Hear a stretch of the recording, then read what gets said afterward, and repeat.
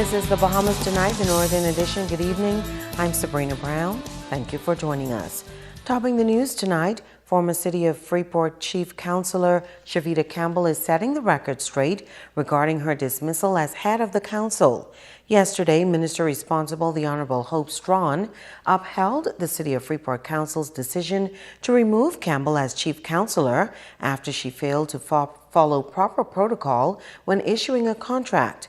Tonight, Campbell is finally addressing the issue and is sharing her plans moving forward. Cleopatra Murphy reports. Former City of Freeport Chief Councillor Shavita Campbell says she fully accepts the fallout of her decision when she acted independent of the council to award Bahamas Striping a contract for work on 10 parks when just one was approved, but says she wants to clear up the misconception that she stole any money. There was no funds exchange, no monies exchange of any sort during my time. So everything is accounted for financially in the books of local government during my tenure. Minister for Local Government, the Honourable Hope Strawn, upheld Council's decision to dismiss Campbell as Chief Councillor on Monday. Campbell says she should have received better advice during consultation, but says it has been a learning experience. I continue to move on. I continue to do the work of the people who elected me in Marco City that I will never fall short of. I will not neglect the people. They are the ones who would have put me there, and I will continue to serve for them. Campbell says she, along with the other councillors, will soon select another chief councillor. Some have said they were vindicated, but Campbell says you should not relish in someone's downfall, and focus should now be on serving.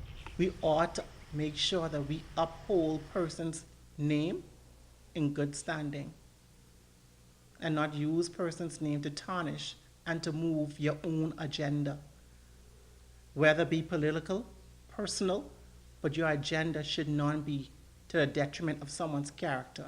As for Bahamas Striping, Campbell says despite work being stopped, the company was paid for the extent of work that it completed on the parks.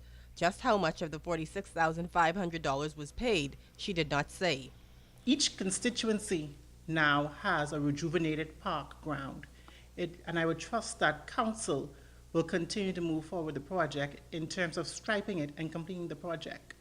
Campbell, who plans to travel to Dominica next week for the Caribbean Association of Local Government Authorities Assembly, says she intends to pursue an executive post there, and now that she is no longer chief councillor, it would free up more time to focus on that if she is successful. Cleopatra Murphy, ZNS Network News. Acting Director of Local Government Charles King had initially directed the City of Freeport Council to reinstate the now former Chief Councillor Shavita Campbell after Council had made their no confidence vote. King, who was on island for the meeting with councillors before Minister of Local Government, the Honourable Hope Strawn, stayed the council's decision, says the body can now use the opportunity to put in place the necessary rules to guide themselves. He says they must act in compliance with the law that governs the body. The City of Freeport Council has been the premier council in this country for a number of years. But suddenly it seems as though things were on the downward trend. So this is the time now for them to be able to move forward and forget about the past. Move forward with your community. Administrator Preston Cunningham also weighed in on the turn of events. He also urged local government bodies on other islands to take note of what occurred on Grand Bahama and use it as a guide. Cunningham says he is satisfied that the matter has been resolved. You cannot ignore the law. You cannot ignore democracy. All elected has got a role to play in the process and must be permitted to do so. I'm very pleased about the minister coming here today to help deal with the matter properly, have it properly disposed of, and now we must now put the City of Freeport's council on an even keel as we move forward to do the business of the people. Meantime, the West Grand Bahama Local Government Council is preparing residents for the job market.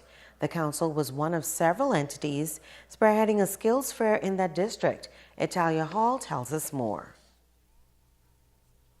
A number of persons from communities in West Grand Bahama hoping to better prepare themselves for the job market and use the Job Skills Bank as an avenue to explore such opportunities. Chief Councillor for West Grand Bahama George Smith says he's pleased with the turnout and this will allow individuals to develop their skills.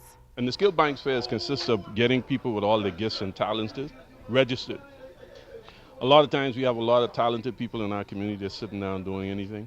And so now we have this information that we can go out now to empower them as to what it is that they're going to do in moving forward, to be able to connect them with the right set of people. The Ministry of Labor, the Ministry of Works, the Ministry of Grand Bahama, and the Bahamas Technical and Vocational Institute were all on hand to provide the attendees with information. BTVI instructor Sherlock Prince says the role of the leading technical institution is to produce a more trained and skilled labor force. We wanted to ensure that we can come here and we can tell folks exactly who we are BTVI, and what is it we do.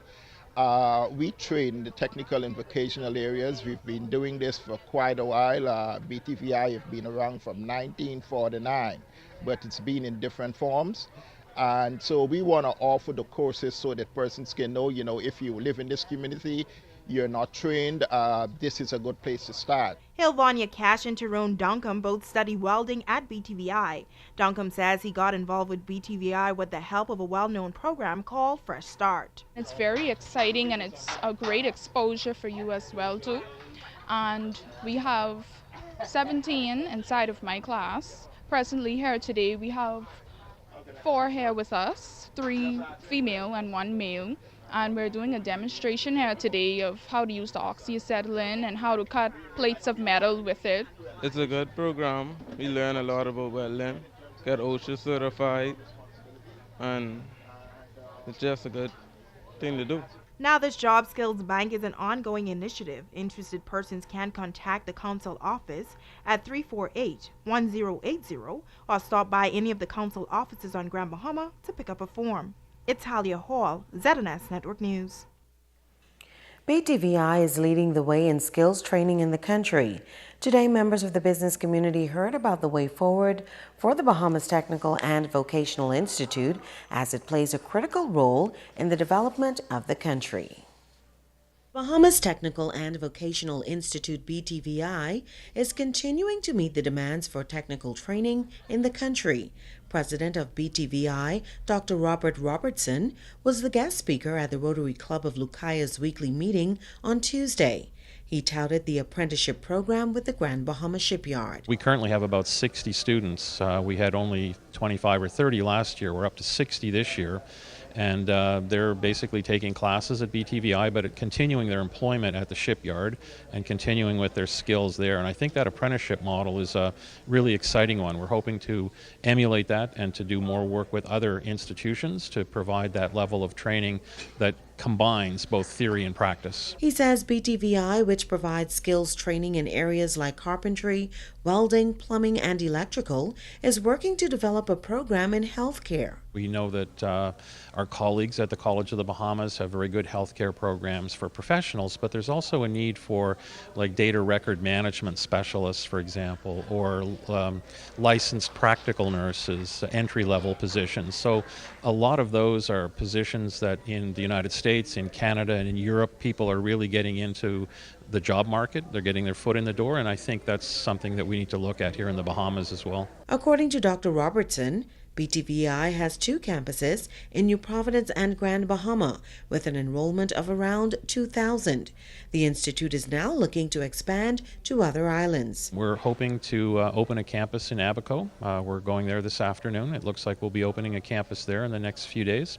We're also looking at doing a little bit more in the area of online training so that people can get a start at least on some technical training online, maybe in their home islands, and then come to campus in a little bit more flexible manner.